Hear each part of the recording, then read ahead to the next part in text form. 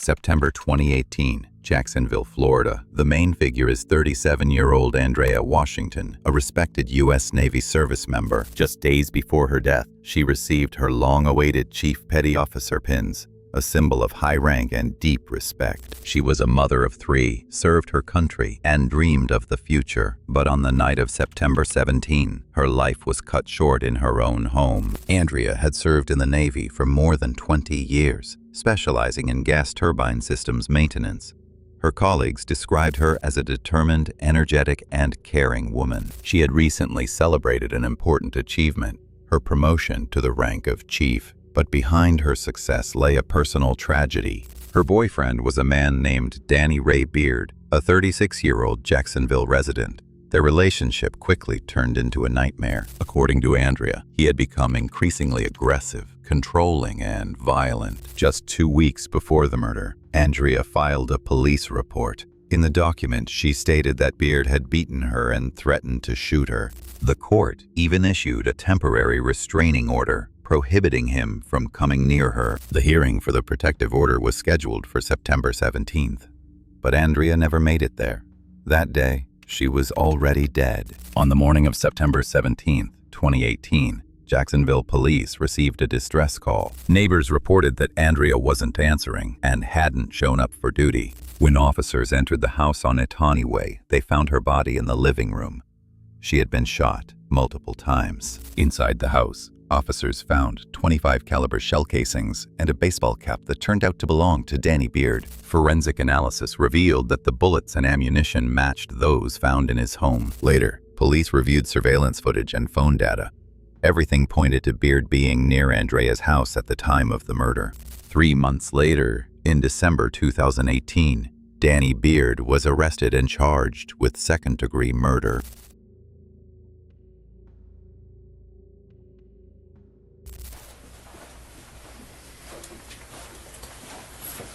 Hey, stand against that wall for me, okay? I know that I'm sure they already searched it, but when you come in here, I gotta search you again, okay?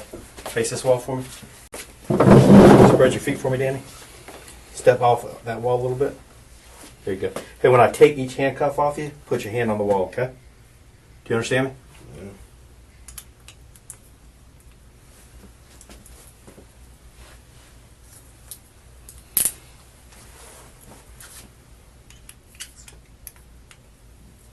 Is there anything on you that they may have missed?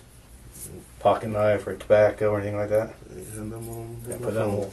Keep them on the wall for me, okay, buddy? That's yours? Mm-hmm. All right. Lean back for me, or step back for me.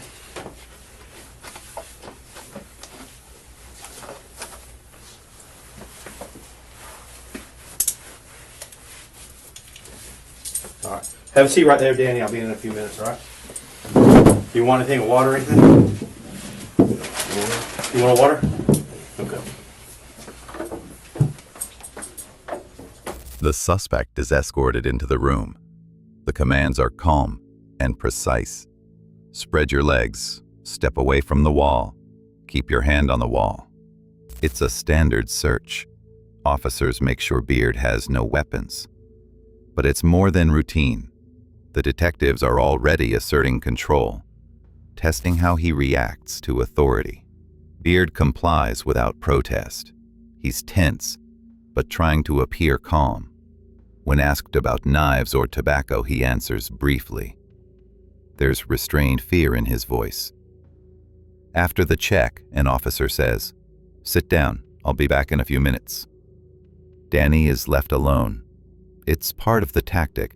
Silence and waiting create pressure stronger than any question. For now, everything looks routine. But in reality, the interrogation has already begun, not with words, but with control and silence. Did you ask for some water? Yeah, there you go, sir. Thank you.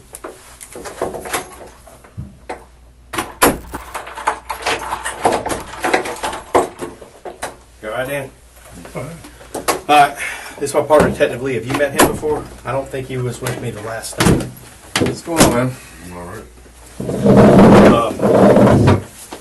You have to bear with me. It's been a long day, so I'm going to drink coffee as we talk. They tell you why you got picked up today? No. You You have no idea. No. Okay. You have a warrant. I got a warrant for you for murder, for Andrea. So you're being arrested for murder today. After nearly 20 minutes of waiting, the detectives return. At first, their tone is neutral, almost casual. They offer him water, introduce a colleague. Everything seems ordinary, meant to lower his guard. But within seconds, the detective delivers the first blow. Calmly, without raising his voice, he says, "You have a warrant for the murder of Andrea." It's deliberate. No pause, no build-up. This kind of delivery is a psychological tactic. It throws the suspect off balance, forcing an instinctive reaction before he can think through a response. Beard hears the word murder, and his face shows disbelief, like he can't process it. At that exact moment, the detective watches closely, not Beard's words, but his micro-reactions. The flicker of his eyes, his breathing, the movement of his hands. The interrogation doesn't begin with questions. It begins with shock. The detectives create a moment where the suspect must choose, deny, justify, or stay silent. And that very first reaction often reveals more than anything he'll say later. Okay. Y'all say so. Okay. I'm sure you have a lot of questions for me. But again, this is kind of one of those things that we've been working on for a while, and you know that. Before we go any further, I'm going to read you your rights, okay? I know last time we talked, we went over your rights and everything, but I want to make sure that you understand them. Fair enough? All right. I'll sit close to you if that's all right. You know where you're at? You're at the Police Memorial Building. Today's the 7th of December, and it is 6:37 p.m.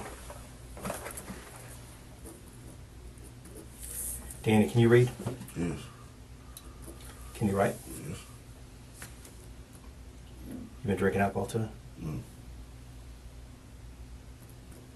Drugs? Taking any drugs today? Just aspirin. Just aspirin? Nothing prescribed? No. I'm going to put aspirin right here, okay? No medications? You're not taking anything? No, just aspirin, like I Okay. said before. Do you wear glasses? No. Contacts? No. How's your mental health? Good. Good? Okay. If you can read this first line out to me out loud, starting with you and ending in the Constitution. You have the rights, the following rights under the United States Constitution. Correct. You do not have to make a statement or say anything. Anything you say can be used against you in court. You have the right to talk to a lawyer for advice before you make a statement or before any questions are asked of you, and to have the lawyer with you during any questioning. If you cannot afford to hire a lawyer, one will be appointed for you before any questioning if you wish. If you do answer questions, you have the right to stop answering questions at any time and consult with the lawyer. Do you understand your rights? Yes. Do you have any questions about your rights? No. Okay, if you understand your rights, sign right here.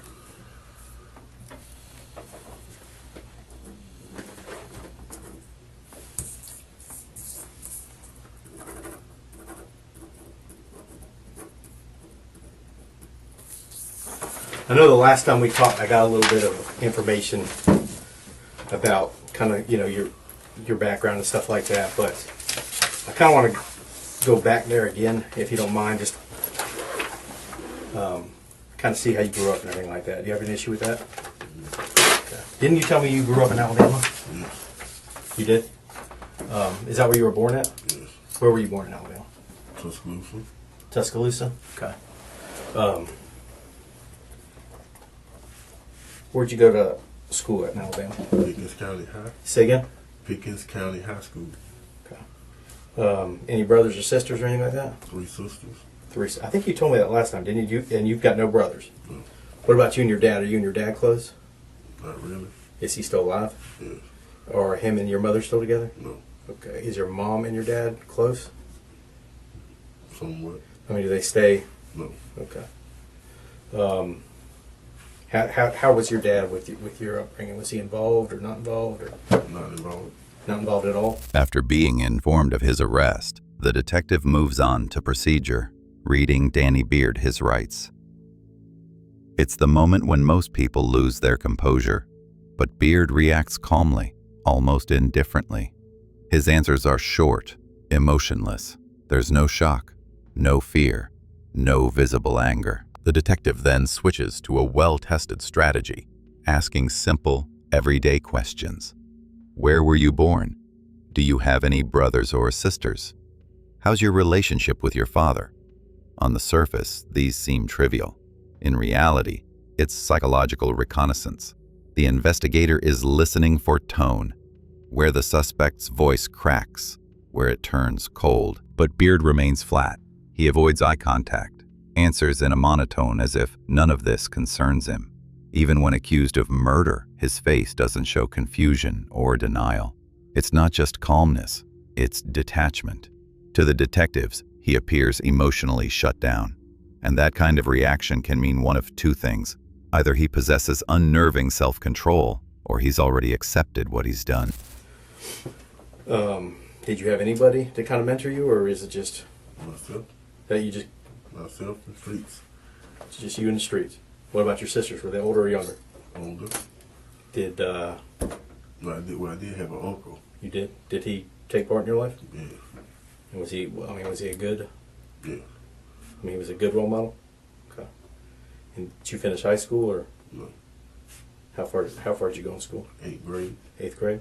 Okay. What made you not go any further in high school? Went to job corps.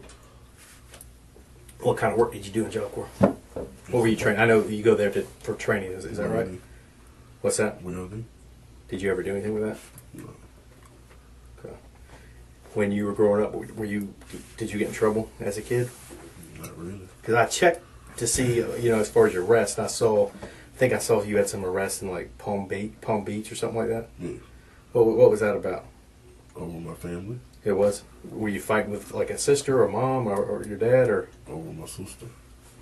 what was it? Hands on or no hands or verbal? Or? No, and they let me out, so Okay. they know I was just there with them. I got you. Did you ever get arrested in Alabama? I can't even know. It's been so Can't. long ago. Okay. How did you get to Jacksonville? What made you come from Jacksonville or from Alabama to Jacksonville? My mom. She moved all you. And she's over on. Is she on Oak Leaf Road? Is that right? Yes. Okay. Who's she living over there with?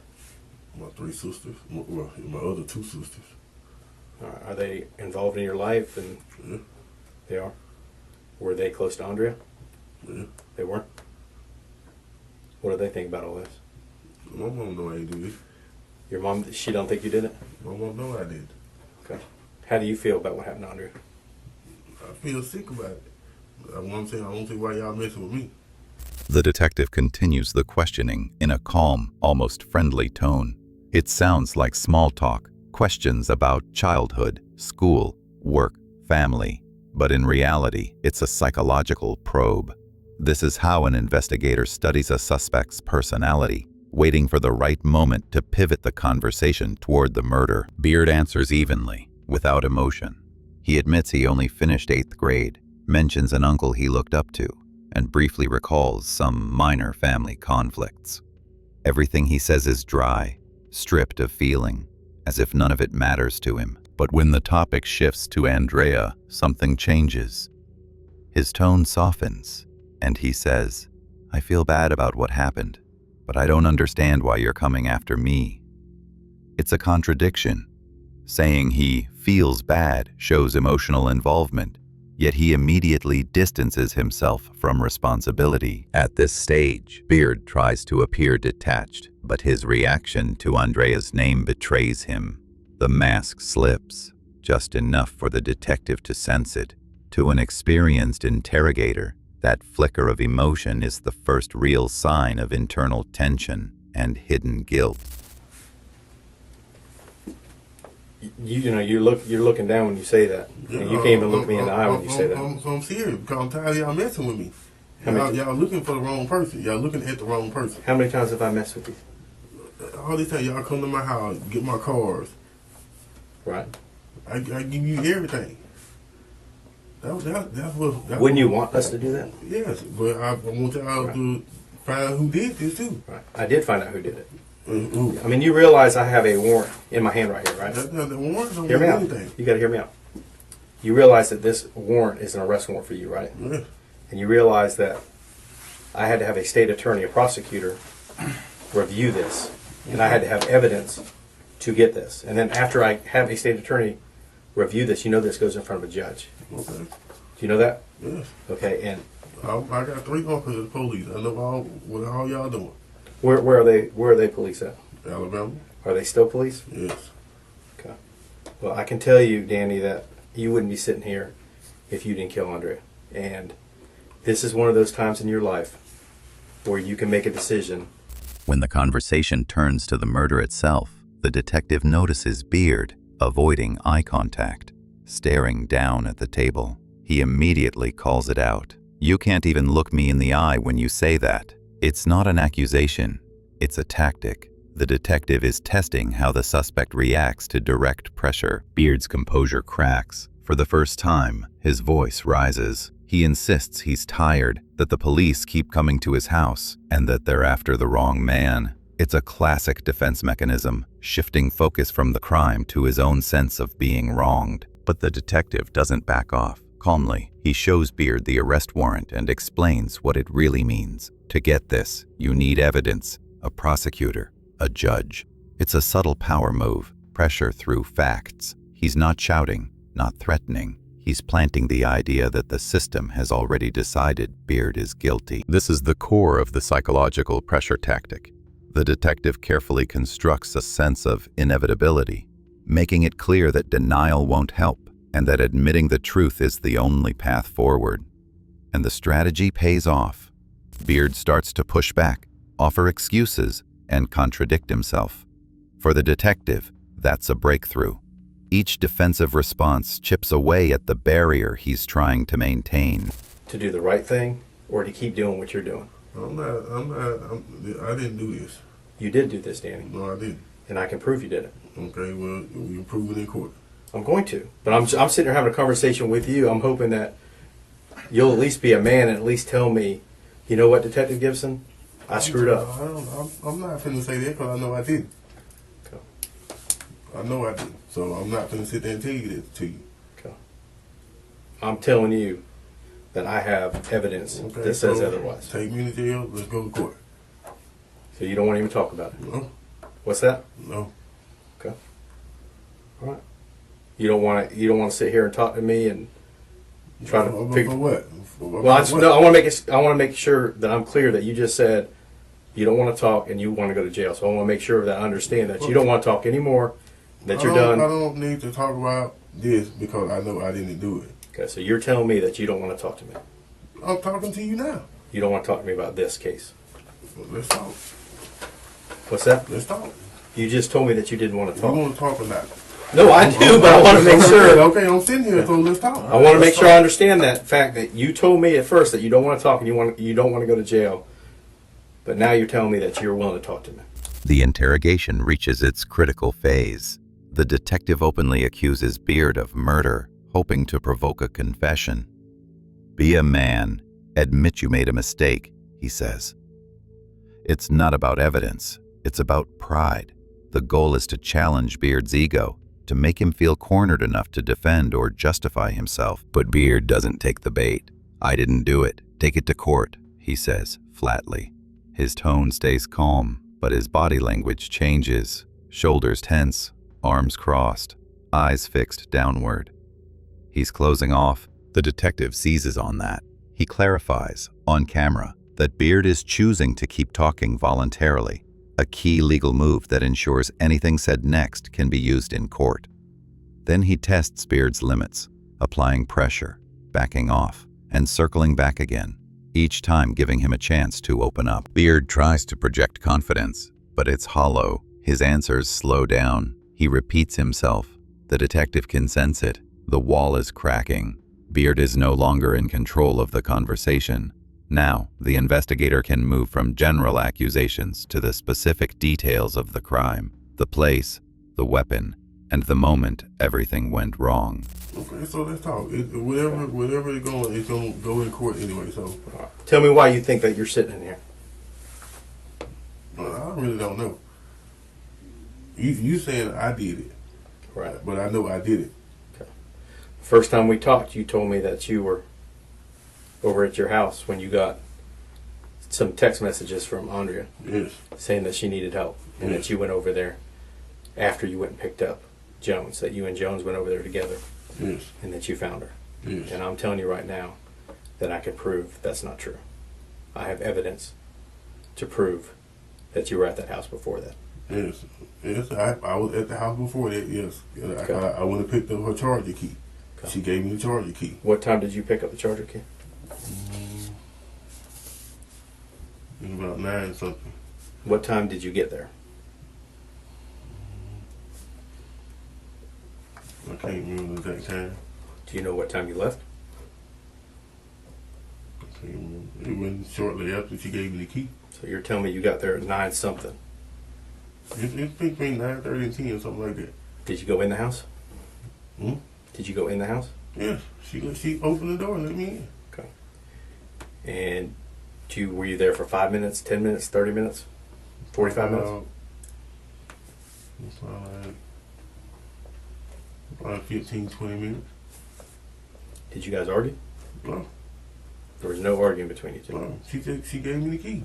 Now the interrogation shifts to specifics: the time, the place, and the events of the day of the murder. The detective brings up Beard's earlier statements and immediately points out the inconsistencies. It's a classic tactic: force the suspect to defend his own words and, in doing so, make mistakes. Beard cautiously admits that yes, he had been at Andrea's house earlier that day, even though he'd previously claimed he only went there after hearing she needed help. He tries to justify the visit with something trivial. He says he went to pick up a charger key, but his answers start to blur. Around 9, I don't remember exactly, maybe 15, 20 minutes. It's the language of someone trying to stay vague on purpose, to leave himself an escape route. At this stage, Beard realizes denial won't work. The evidence is too specific. So he begins adjusting his story, trying to make it fit the facts the detective clearly already knows. That small shift, admitting he was there earlier, marks a turning point. For the investigators, it's the first real crack in Beard's defense, and now they have what they needed most: confirmation that he was at the scene of the crime. And then you left. Well, she know how my car is. She know my car. I had to put it in the shop and get the oil change. My tire was bad, so she gave me the charger key. I still got the charger key. When you left, did you go straight home? Yeah, I was straight home. And how long were you at home before you started getting messages from her? She started mentioning me about 11 something. 11 something. She started. How long had you been? Had you been home for? Yeah, I went home. Been home for an hour, 5 minutes, 10 minutes? Like 30, 35, 45 minutes. So if you started getting messages from her about 11, you're saying you were at the house for about 30 to 45 minutes Yes, at her house or at your house in my house. before you got that. So you're telling me that you were probably at your house by at least 10:15. Yeah, like Okay. that. Right. I know that's not true. I know what time you got to her house, Danny, and it wasn't after 9. Okay, I don't know the exact times. Okay. You You're not asking even- me, you what- asking me. What you're telling me is not true. You didn't just go over there for. I went over there and get the For- charger key. The charger key is still in my car now. Okay. I'm not saying you didn't get a charger key, but I'm telling you that you weren't over there for any 20 minutes. You were over there for some time. And you were the only one over there because nobody else came in that house. And I know this for a fact. I'm not going to lay out my whole case, but you know how I know. I already know who was all over her house. Okay. So she told me her friend D. Yeah, her friend D left probably about 7 o'clock that night. Probably about 7:15. Somewhere in that time frame, she was gone. So I'm giving you a chance. This is your chance, Danny. If you want to look like a monster and a cold-blooded killer, then that's what you're going to look like. But if you came over there and things just went wrong and it was an accident or you lost your temper or it was a mistake, then now's the time for you to tell me. But if you want to stick to the fact that we're crazy and all this evidence I have is bullshit, you're going to look terrible. The investigator now goes fully on the offensive. Step by step, he dismantles Beard's story of a brief visit, cross-checking times, drilling into details, catching every inconsistency. Each question is designed to make the suspect tangle himself up in his own words. Beard keeps insisting he merely grabbed a charger and left, but the detective pushes back with facts, noting that another witness left Andrea's house around 7 p.m., meaning that later on, no one was there except Beard. That's when the key line lands. If you want to look like a monster, keep denying it. But if it was a mistake, an argument, a flash of anger, say it now. It's the classic confession with an exit technique. The investigator offers a path where the suspect isn't a cold-blooded killer, but a man who lost control in the moment. The goal is simple: nudge him toward a partial admission that can be built on. At this stage, the detective applies emotional pressure by setting up two identities, a monster or a man who made a mistake. He isn't just seeking a confession, he's giving Beard a choice about how he'll appear in front of a jury. People understand when people screw up and make a mistake. I didn't make no mistake because I know I didn't do this. I put my right hand to God, I didn't do this. Okay. Why did you tell me you didn't own a gun? I didn't, she did. No, you told me that you didn't own a gun. I never owned a gun. That's not true. Yes, it is. She had a little, I mean, when I first got to Florida, I had a 25. She had a 22. Mm-hmm. And she kept it up in a box in her closet. When I interviewed you, I specifically asked you if she owned a gun. And you specifically told me that she did not own a gun. But And you gotta let me finish. You interrupted me. Okay, I'll let go you ahead. talk. You specifically told me that she did not own a gun, and you told me that she wouldn't own a gun. I mean, that was your word. She was like, she didn't. She's in the Navy. I'm telling you what you told me. This is what you told me. Okay. Okay, and then I have other people who have given me testimony saying they saw that gun in your I'm house. not worried about them. Okay, well, you I'm should not be worried worried, about- Danny. I'm not worried about other people. You should be worried. Because I'm telling you right now, you're going to look like you went over there with the sole purpose to kill her. And now I know things were rough with you guys, and I know they were up and down. And I know that isn't totally your fault. I know that she was still talking to you, and I think you were probably thinking she was leading you on. The detective shifts to the subject of the weapon, the most critical part of the case. He catches Beard in a clear contradiction. Earlier, Beard claimed that neither he nor Andrea owned a gun. Now he admits, "I had a 25, she had a 22. It's the first direct break in his story. The detective doesn't let him backtrack, calmly reminding him, "You said she didn't own a gun and wouldn't have one. Those were your exact words." Every new detail Beard adds now looks like an attempt to fix a previous lie. Then the detective tightens the pressure, linking the weapon to motive. "You look like a man who went there with the intent to kill." He brings in the emotional angle, recalling how their relationship had been volatile, how Andrea still spoke to him despite the restraining order. By doing this, the detective reframes the crime, not as premeditated murder, but as an act of jealousy and anger.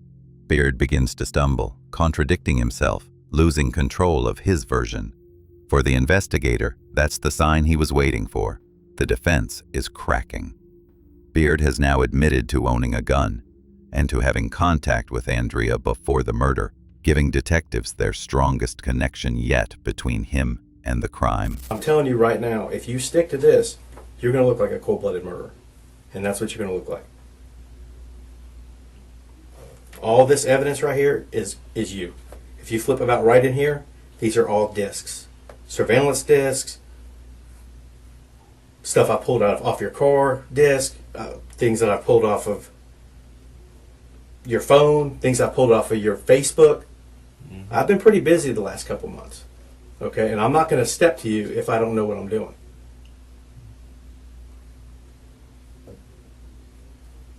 Okay. I mean, being a man is owning up to what you did. I am a man. And, Well, and I know I ain't do this. I know you did it. For a fact, you did it. Okay. You killed that woman. No. Yeah, you did. No, I did. And we can prove it, You Danny. can say what you want to say. I know I did. I don't care what evidence you What about got. the evidence? What about when the evidence says you I don't care did? what evidence you got. You can't put me to killing her. Are you sure? Yes. Are you sure about that? Yes. Okay. So when 5 minutes ago, when you lied to me about what time you were over there and what time you left, That's the second time you lied about They it. don't. That says a lot. No, it don't. It don't give you the alibi that I did this. It does when you've already told me 2 lies about being over there. Why are you lying about being over there? I told you, I went over there to get the charger key. Okay. Where did you park when you went over there to get the charger key? I parked because I didn't supposed to. She told me to park at the at the mailbox. You parked at the mailbox. Yes, Okay. because she didn't want me to park in front of the house. And how did you know that? She told me. When did she tell you that? She told me on Messenger. On She Messenger. called me. She told you to park in the mailbox? Yes. That's not true because I looked on there and that message isn't there. But I do know you called her. The pressure reaches its peak. The detective lays everything out on the table. Discs, phones, surveillance footage. A visual wall of evidence showing just how deep the investigation has gone. He surrounds Beard, both physically and psychologically, with proof of his guilt. All of this. This is you, he says. It's not just a statement.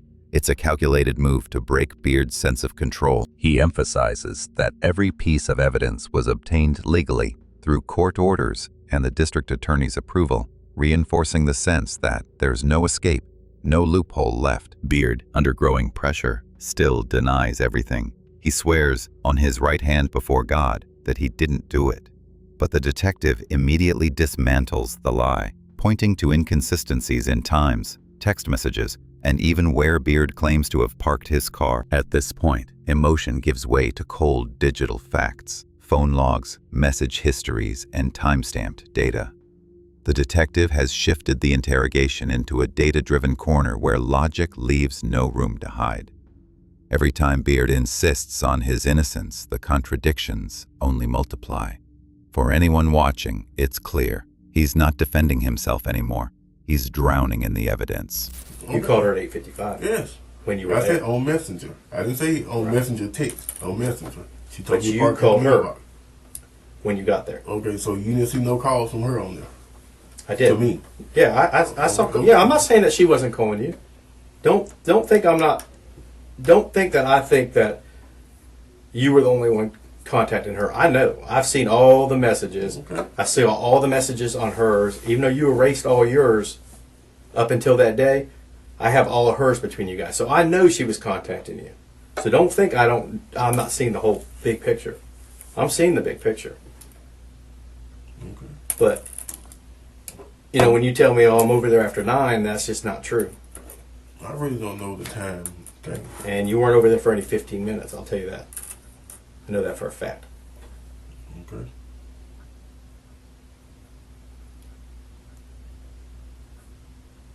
I'm not finna admit to something I didn't do. Okay. Is there any questions you have of me? Huh? Okay. You're going to be booked in tonight on this warrant. Okay. Okay. I'm not going to sit in here with you all night.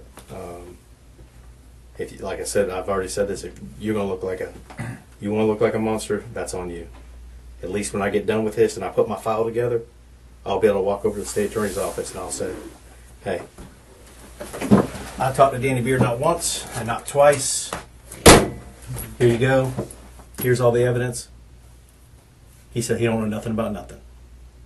I ain't saying I ain't know nothing about nothing. Okay, then what do you know? If you know nothing about, if you know something, tell me what you know. I told you, I'm telling you now, I did not do this. Okay. Then who did it? How do I know? That's y'all job to find out. Well, I found out. We did. Okay, well, we'll see in court. Okay.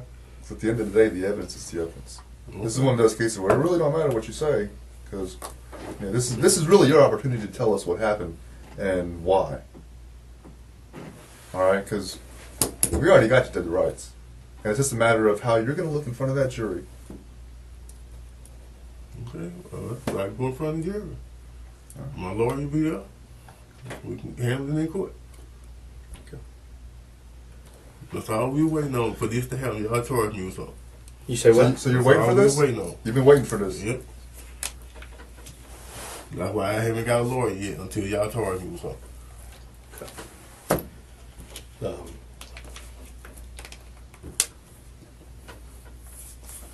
Told you my uncle's police officer. I know everything that go on. Your uncle a homicide detective? Yep. Yes. One of them is. He still is right now. Yes. Okay. I think he's going to be pretty disappointed in you when he sees everything that we have. Well, You don't think he will? my uncle knows. You know I ain't do this. He knows you wouldn't do it. My whole family know I won't do something like this. Why do they think that you wouldn't do something like this? Because they know me. My exes know me. You know what's weird about that? You just said that. Guess where I was probably? Well, I'm not going to tell you where I was, but I'll tell you this. I traveled out of state, and I interviewed one of your witnesses. She's scared to death of you. Did you know that? And she described how you beat her up and how you smashed her phone. Because I don't know nobody like that. Okay. Oh, well, she knows you. And she lived with you. So when you say that, that's just another untruth that you're telling me in this What you room. talking about? I know you talking about Camille. Well, how do you know who I'm talking about? Oh, I stayed with her. Okay. She's lying about that too, or Good. about you putting your hands on her? You see they dropped the case in court, right? They didn't drop the Yes, case. they did. No, they They didn't. dropped the case. You think Tell I me. didn't get arrested for it? They dropped the case. I'm telling you, the case isn't dropped. Yes, it is. It's still But a case. I went to court with her. All right. Well, I'm And telling you. when I went to court with her, she told the judge, I want it dropped. The detective keeps the pressure on, this time by openly revealing the full scope of the evidence collected. He lists what's been recovered: phone data, car surveillance, social media records, and drives the point home.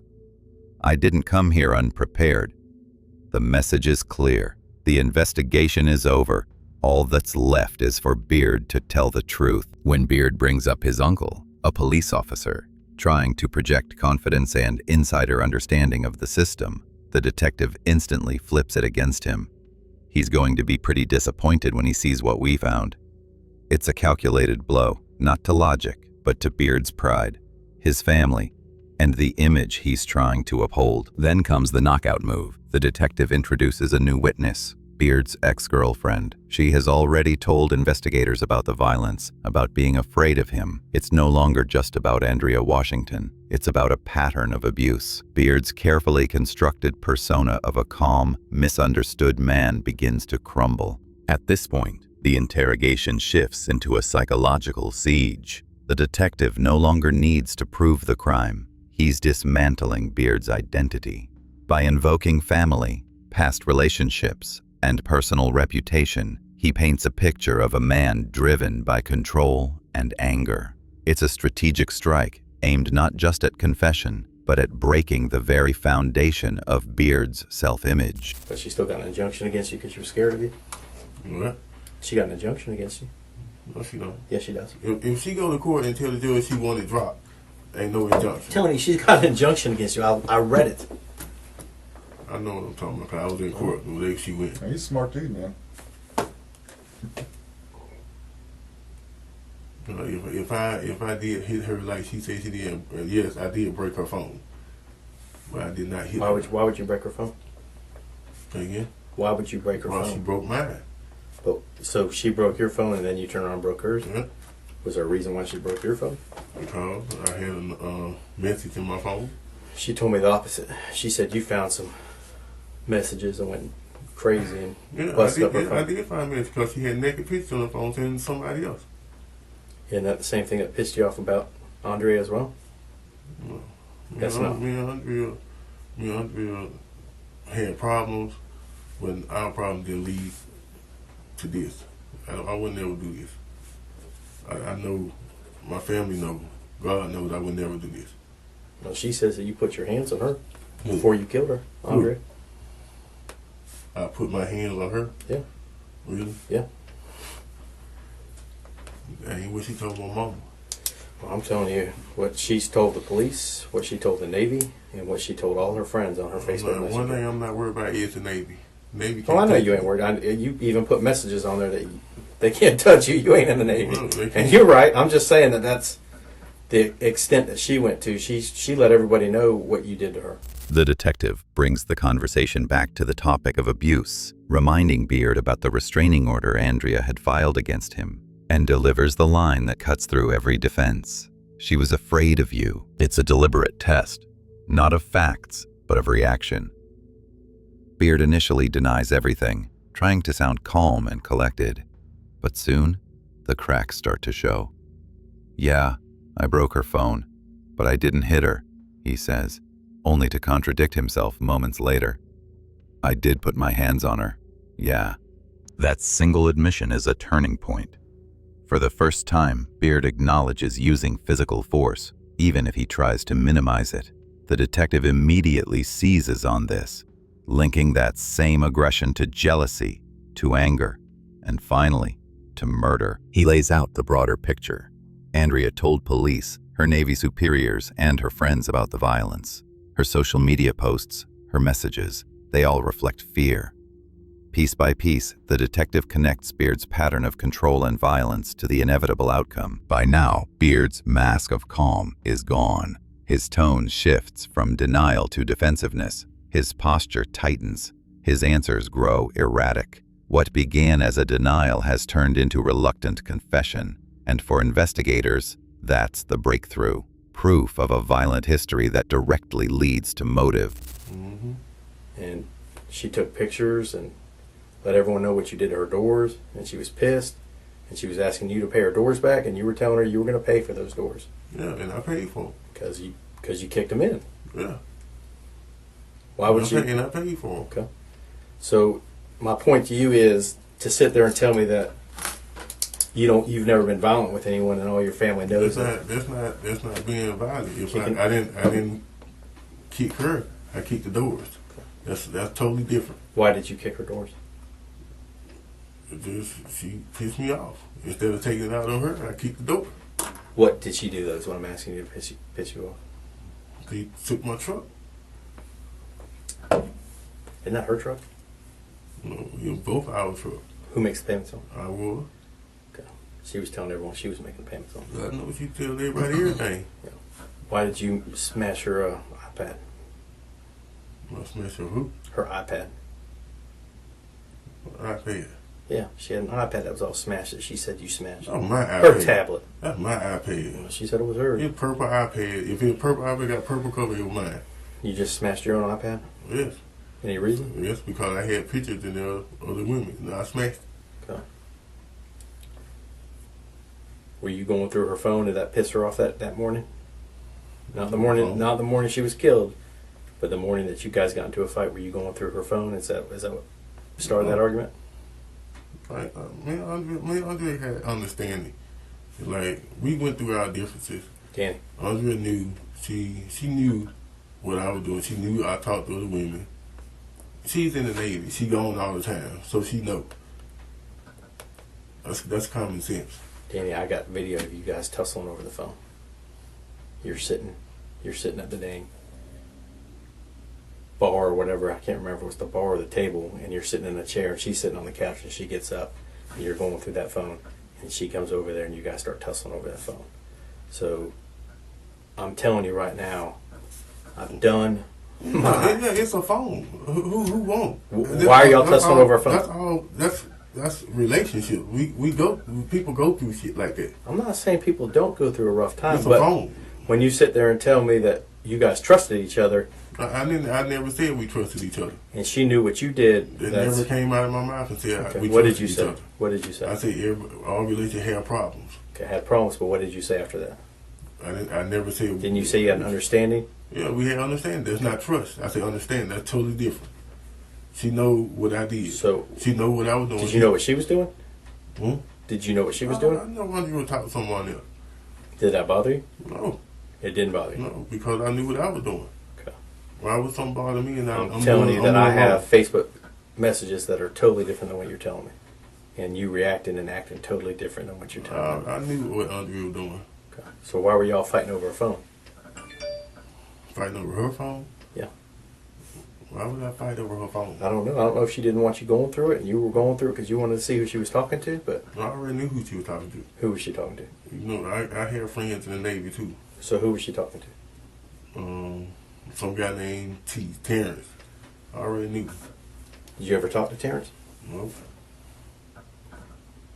Had you ever met Terrence? Nope. Told you I had friends in the Navy. I know. When you say she was talking to him, do you think they were involved, or just friends? I don't know. I was doing my own thing. She did hers. I don't understand why you, when I ask you a question like that, that's a basic question. For you to sit there and tell me that it doesn't bother you, it's odd because I saw your messages between you two. Yeah. And I know it bothers you. you. It's a message. Okay. It's a message. Right? That's what men do. We play like we mad about it, but we're not because we know what we doing. Okay. The investigator now moves from general questions to specific incidents of violence, each one designed to make Beard dismantle his own defense. He reminds him about the broken doors, the damaged iPad, and the arguments fueled by jealousy.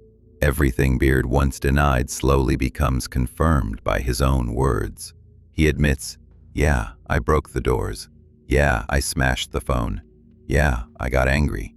These may sound like small details, but together they paint a clear picture of a short-tempered and aggressive man. When the detective brings up the videos showing him and Andrea fighting over a phone, Beard tries to excuse himself. People argue, it happens, but it doesn't sound convincing, not in the face of mounting evidence. Then the conversation shifts to another man, Terrence, someone Andrea had been talking to. Jealousy. That's the motive the detective is slowly bringing to light. Beard refuses to admit that it bothered him, but that very denial feels unnatural. At this stage, the investigator skillfully connects the dots. Everyday bursts of anger, jealousy, and prior violence into one continuous pattern leading straight to murder. Every answer Beard gives, every "yeah, but," only reinforces the truth. He didn't lose control once. He'd been losing it over and over again. It's common sense. That's what men do. That morning, did you threaten her with a gun? No. Why would she report to the police that you? The police report that all this was because she went through with all this court stuff, me going to court and stuff like that. That's why they did not press charges on me then. Because for one, when they went to the house, they said the only reason we didn't put a warrant out for your arrest because Miss Washington didn't open her mouth. It was all her friends. Andrea know how much I love her. Andrea know that I wouldn't do nothing to harm her. She know this. That's why they did not press charges on me when they put on. She was scared to death of you, Danny. Man, whatever. I'm telling you, I read those messages. What about that time when she was sitting on the porch? Okay, if she's scared to mess with me, why didn't she tell the police that when he came to the house and did the report? She did not open her mouth. She did. She reported everything that happened. No, she didn't. I can read you the report. I already know because the police told me. He said she did not open her mouth. He may have been telling you that to protect her, but I'm telling you, she reported to the police what happened. The investigator brings up a key episode, the gun threat. This was the turning point in their relationship and likely the trigger that led to the tragedy. When the detective asks directly, "Did you threaten her with a gun?" Beard immediately replies, "No," but then he starts to justify himself, pointing out that the police never charged him and that Andrea never said anything. It's a classic abuser's defense, to reduce everything to, "She didn't complain, so she wasn't scared." The detective calmly counters, "She was terrified. I've read her messages." That simple statement destroys Beard's argument and highlights a crucial truth. The absence of a formal complaint doesn't mean the absence of fear. Here, the investigator exposes the core lie. Beard disguises his aggression as love. His words, "She knew I'd never hurt her," sound bitterly ironic when compared to Andrea's texts, where she wrote that she was afraid of him. For the detective, it's confirmation of the motive, jealousy and control, masked as care, that ultimately escalated into deadly violence. No. And she talked about the She fight. didn't report to the Navy did. And no, I'm telling you, she did. I Listen to me. know everything. Okay, well, that day that you acted like you were in the house and you sent her a message and you were actually watching her on the video surveillance, she called the police that day. I know. Well, you just told me that she didn't. Yeah. Okay, she called the police that day. No, she didn't call the police. Her friend called the Okay, police. she had her friend call the police. But That's how I know everything. okay. But I'm telling you, she spoke to the police. Danny, I'm going to tell you this right now. She spoke to the police. Yeah. I have not lied to you one time in And this when the room. police got there, He said Miss Washington didn't open her mouth. She said if she did, we would have came to your mother's house that night and arrested you. That's not true. Not only did she provide a statement there, but she also went to court and got an injunction against you. She provided a statement there. The Navy told her to go to court and get an injunction. Well, she still went there and got one. Yes. And she provided a statement Yes. against you. Mm-hmm. Right. And like all the other times, Yeah. she said I did this and I did that.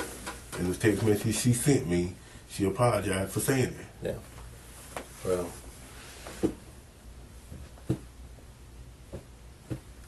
Did she send you a message that day, apologizing for what you say No, is she her? sent it the night before. She did. Yeah. Okay. And whatever she did, I let my mom and everybody else read.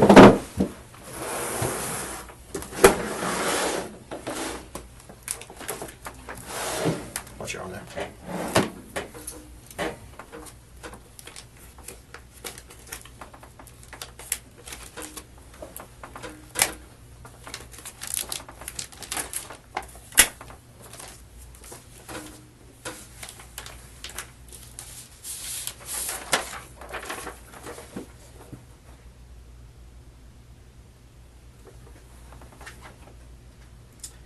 It's weird that you're telling me that you were over at her house sometime after 9 o'clock, because when I pull your phone, I find messages from her sent to you saying that she's outside of your house. In my house. Yeah, it's right here.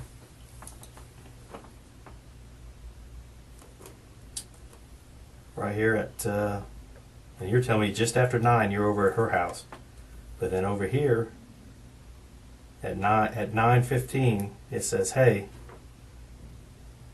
and then you say, "What, Andrea? You know I can't text me all lies you told." I know, Danny. I'm sorry. I just wanted you out. I'm sorry. I told them you kicked me and stuff, but you wouldn't leave me. So I sorry. Right? Mm-hmm. And then you're sending her one back. Now I got to go to court. You guys go on and on and on. She's telling you to forgive her. She tells you that she's outside your door. Why would she tell you she's outside her door, your door, if you're sitting at her house?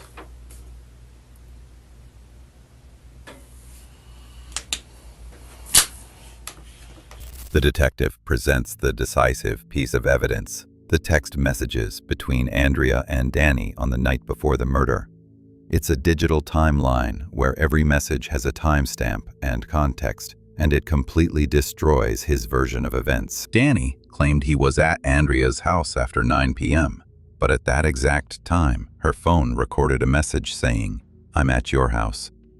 That's physically impossible. She couldn't be at his place and at home simultaneously. The detective reads the messages aloud, and the room falls silent. Beard's lie becomes undeniable. Beard tries to wriggle out of it, hesitates, stalls, takes a sip of water, all typical reactions of someone who doesn't know how to justify themselves. But the detective no longer needs to press him.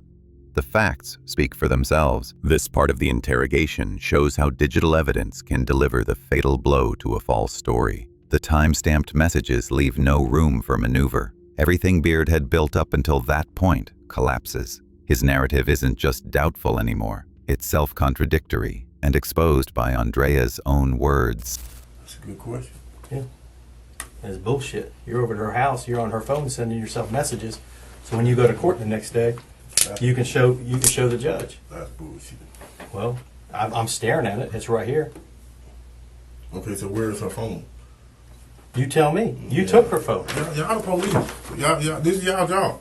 It is my job. Yeah, okay, y'all did your job. Yeah. Okay. Yeah, we did our job. That's why you're here. Okay, you ain't found with her phone.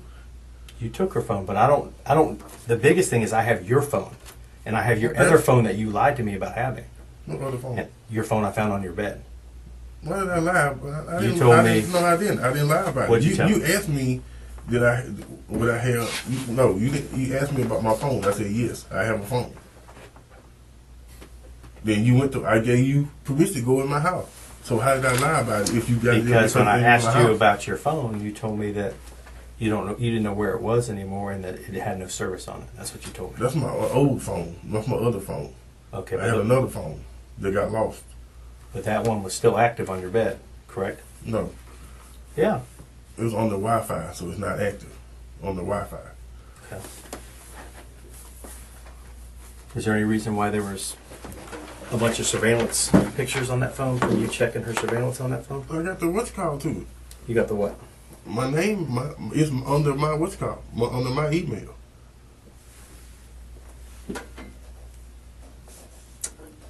Anytime they have a problem, who you think they call? So you're telling me you had access to it?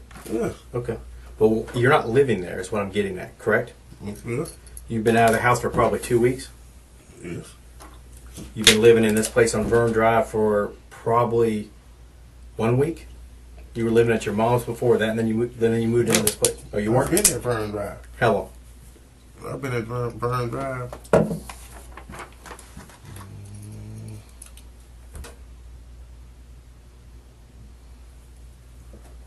For about 3 weeks. I just stayed at my mom's house. My Right. stuff been at Vern Drive. So you've been over there for about 3 weeks.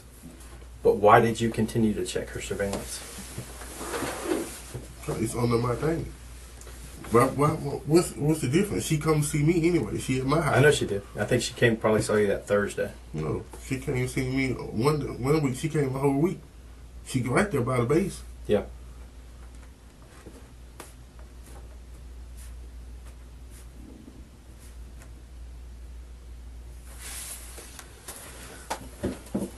But you still didn't answer my question. Look, Why are you checking her video? if it's on my phone, if it's under my what's called, I can actually do anything if it's under my email. I get that. I'm not sweating you on that, saying that you didn't have a right to if you had access. If you had access, So but I'm asking you what. Because I'm telling you right now, when I dumped your phone, there was like because I'm checking on her. you were just checking on her. She said she's scared to stay in the house by herself. The detective makes a sharp turn. The conversation shifts to Andrea's phones and her home security cameras. This is one of the most revealing moments of the interrogation. It's no longer just about jealousy, but about obsessive control. When the detective asks why Beard was still monitoring her surveillance cameras, he calmly replies, "They're under my account. I was just checking to see how she was doing." On the surface, it sounds like concern, but in the context of their history, it's chilling. He no longer lived with her, yet he continued watching her every move through cameras installed in her own home.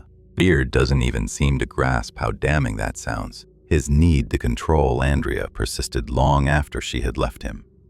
The detective recognizes this as proof that Beard couldn't let her go, and that this sense of ownership likely played a key role in the tragedy. This scene reveals the psychological core of the suspect: control disguised as care. His access to her home security wasn't just a technical detail, it was a symbol of power. Andrea tried to reclaim her freedom, but he kept watching. But you knew she had her family there all day. Yeah. So why would she texts me all day. She texts me when they left. See how that looks though? It looks like you're being kind of possessive. See how it looks to us though? I'm just telling you how it looks though. When she told me she scared to stay at the house by herself, that's when I would start checking her. Now, can you explain, and I hate to keep harping on these messages, but can you explain why she would send you a text that she's at your house on the 16th at 9:30 when you, in fact, are in her house? I mean, it's right. I got it right here. Danny, I'm sorry, but it's what it is. I'm not happy with you anymore. That's why I lied, because you wouldn't leave. I'm sorry. Can you open the door? I'm outside your house.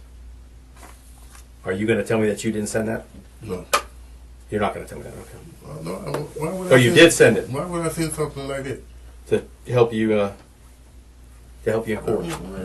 That's something. That's something I'm not worried about. It's her phone. Right. But why would she say I'm outside your... If I had her phone, you can track her phone at my house. You'll know Right. where her phone is. Yes, it wasn't at your house. Okay, then. It So never- I don't have it. Right, but that's my point. You were at her house. Yeah, you were at her house getting the charger key. Why would she send you a text message saying that she's at your house? That makes no sense. You're setting the stage here, Danny. I'm not saying nothing. Like I said, we can deal with it in court however y'all want. Okay. I thought we were going to have an open dialogue, you and I. It is open dialogue. No, you keep saying you asking me. You already convict me of this. I haven't convicted you. How come you just said I'm on the arrest for murder of Andre? Danny, I know, and I've already said this once, but I think you kind of interrupted me. I already know the who, the what, the when, the where. I just don't know the why. Okay, and y'all ain't told me nothing. Y'all ain't told me how she died. Y'all ain't told me nothing. You can tell me how she died because you were there. Okay. You killed her.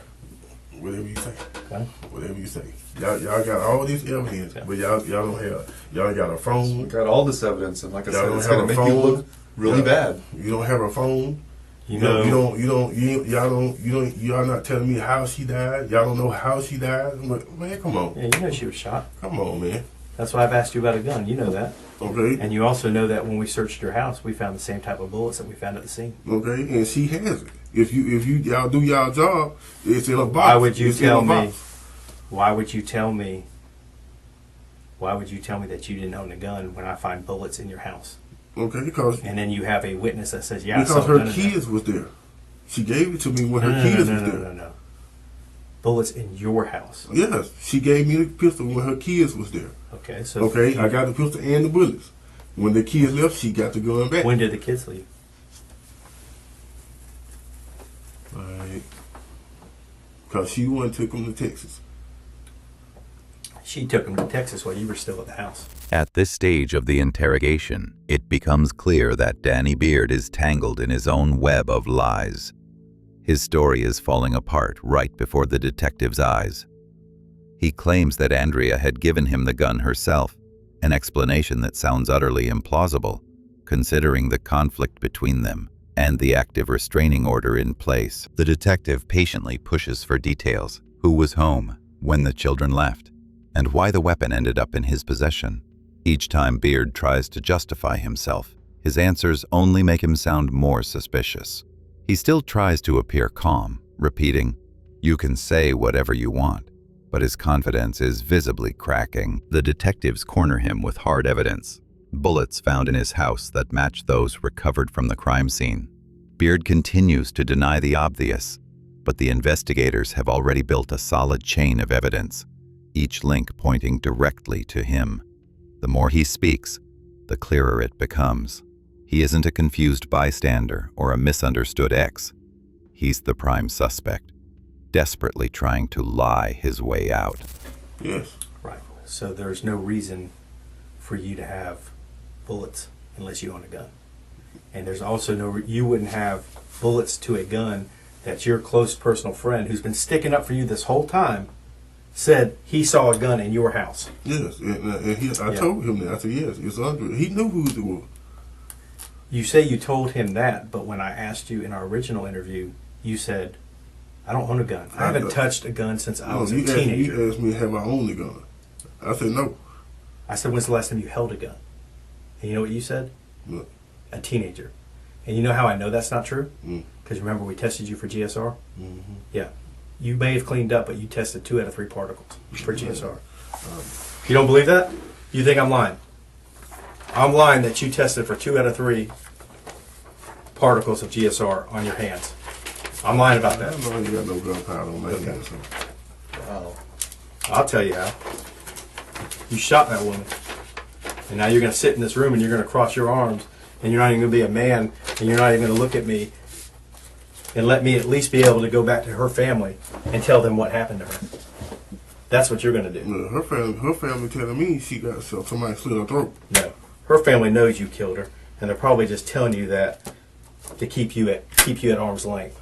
But I've talked to her family. I've talked to her family at least once a week, if not more.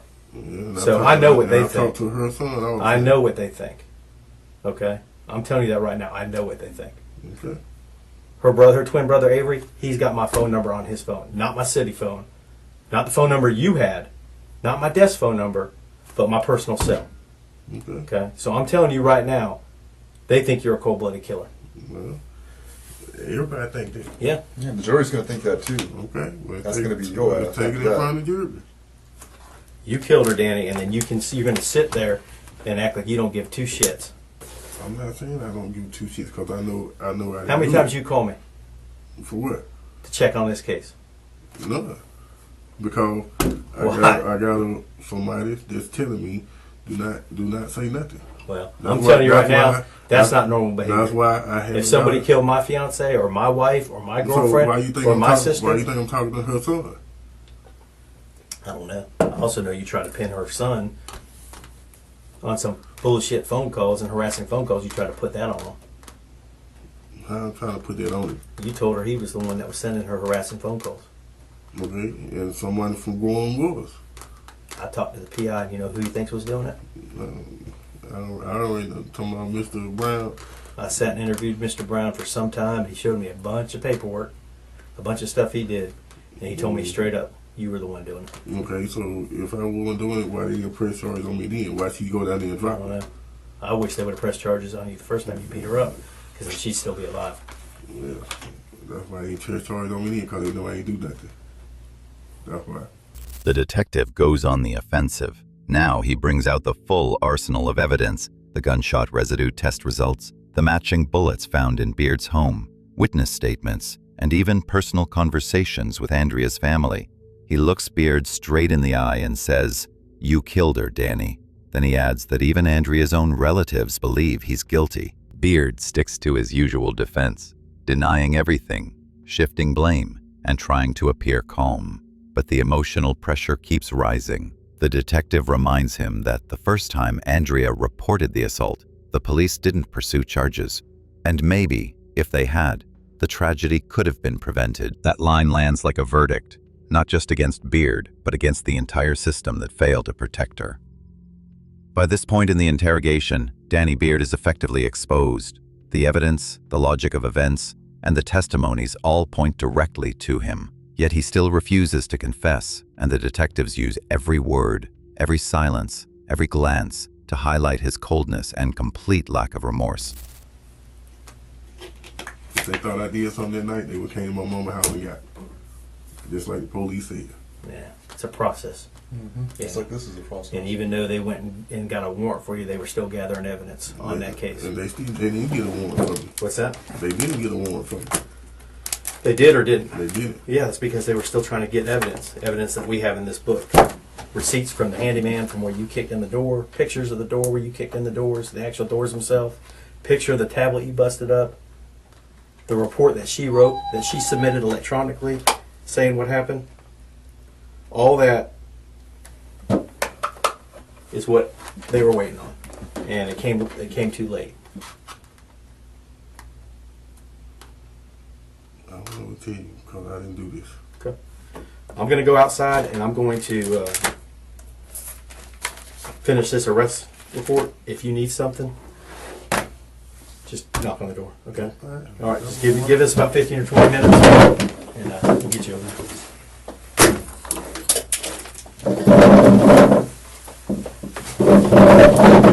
Water's right.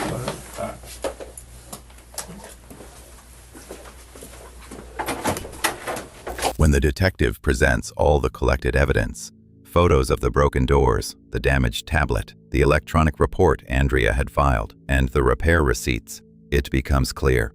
The chain of proof is complete. Everything the suspect tried to hide is now confirmed by documents. The detective highlights the tragedy of the situation. All of this evidence arrived only after the murder.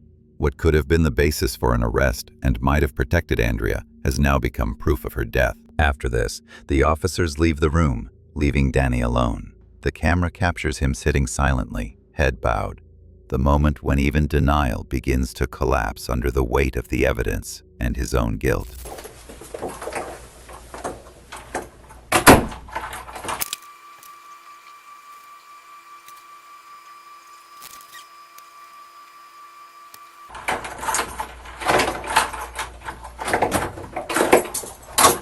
All right, Dan, we're gonna walk on over to the jail, all right? Is there anything else? Anything else you want to talk about? You all done? All right. Matter of fact, just sit down right there. Just kind of sit there and then turn that chair toward us a little bit. lay your legs on them.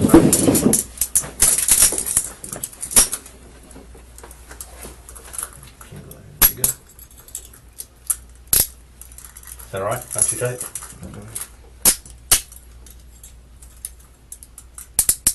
that all right? Put your feet up there for me.